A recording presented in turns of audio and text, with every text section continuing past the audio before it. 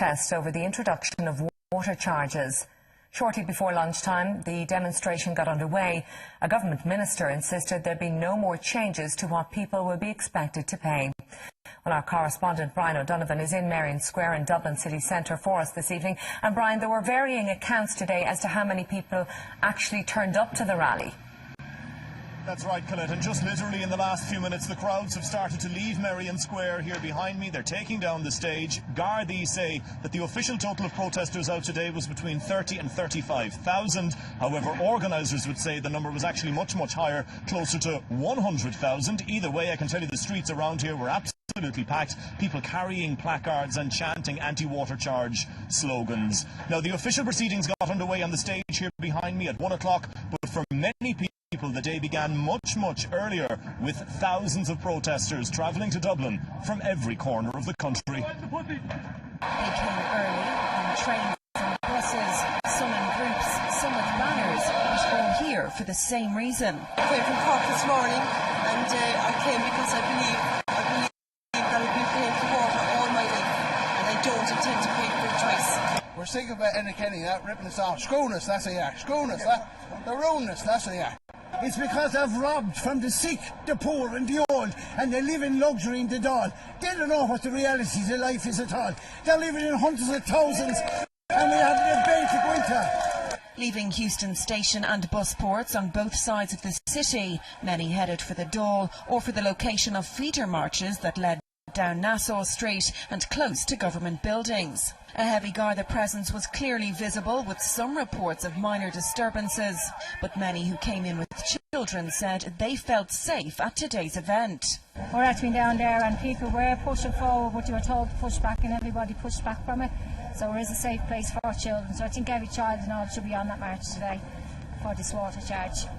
With kids you always have to stay on the edge of crowds. I thought it was very well stewarded, very well kind of put together. I came in today with my granddaughter Amaya. Both her parents are working today. They can't come on the march because their rent has increased in the last 5 years by €500 a month. So I'm here today because they can't afford to pay. I already pay in my taxes, they already pay in their taxes. Why should we pay again? As the demonstration continues, protesters will come and go from the main stage on Merrion Street, where speakers and entertainers will perform for the crowds into the evening. Well, no matter where they came from today or from what background, the people who we spoke to who've attended this event, despite the bitter cold here in Dublin, all seem to say the same thing, that they want the complete abolition of water charges and that they're willing to continue protesting until that happens. Caroline Tuhig, the 5:30. Now, as those protesters arrived from all over Ireland and arrived into Dublin, they joined a number of different feeder marches in different locations around the capital, and all those marches ended up here at this stage here behind me outside Leinster House. And from that stage, the crowds were addressed by a number of different campaigners, activists, politicians, artists, entertainers, even poets, and they all had the same message, that the water charges have to go.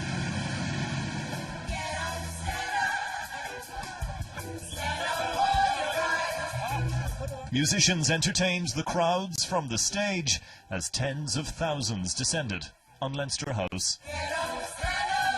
For many, it was their first time attending a protest. Would you normally be out in protest? Never in my life, but decided to come today because I can't pay it. I am a pensioner, I can't pay anymore. We've had enough. Enough is enough. We want them out. We want the water charges gone. This is my first time to come out and protest, but you know, we've been messed over long enough by this government. You know what I mean? Water charges, it's only the start of it. Some of the placards and costumes on display may have been comical, but the message was serious. On behalf of the communities all around Ireland who've been fighting this water tax for months and will continue fighting this water tax and fighting Irish water until it's in the bin. Thank you very much. We have programs that we have hoses, water hoses from our house that we let people that don't have water come to the side of the house and fill up their containers with water. This is where you can go. This is very serious. This is where your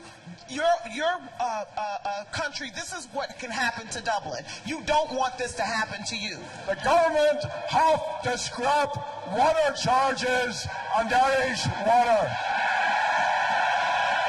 Nothing, I suppose, is going to change in relation to the water charges. I need to be quite specific and clear in relation to this. The charges, the package that has been put forward is the best package that is available. Tell a coalition, the secretaries that will put an end to their game. So despite protests in this country reaching new heights, the government insists there won't be another climb down. Brian, the organisers were keen to stress the protest would be peaceful, so was there any trouble today?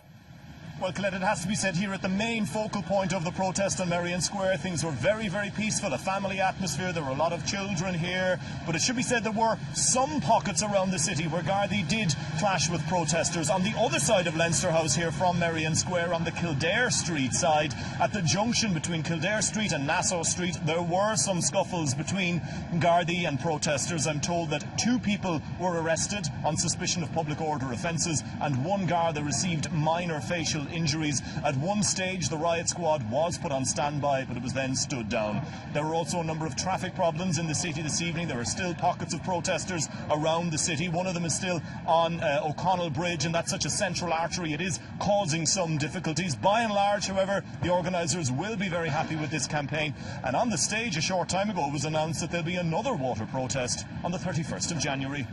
Brian, thank you for that.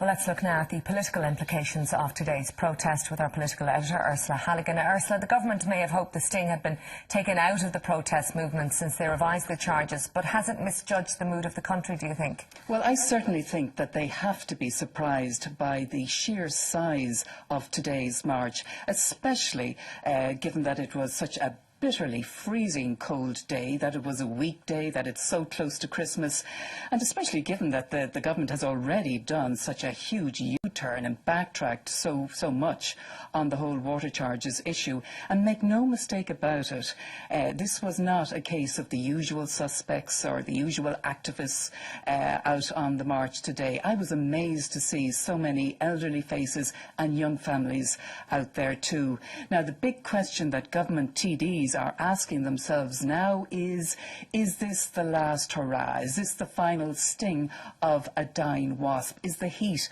going out of this?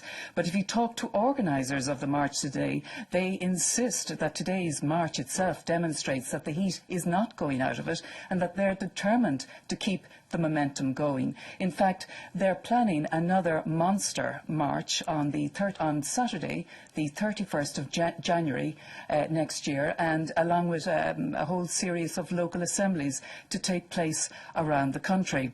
So the big fear for many TDs now as they head into Christmas is whether or not, the big fear for them is that this is no longer simply just about water charges. They know that the people are very angry, and they're angry about a lot of things, and they're very angry with Enda Kenny and this government. And they're wondering just what exactly they can do at this point, and they're hoping that maybe the passage of time and the new year will bring them some respite. Ursula, thank you for that. There have been calls for an urgent independent inquiry into revelations of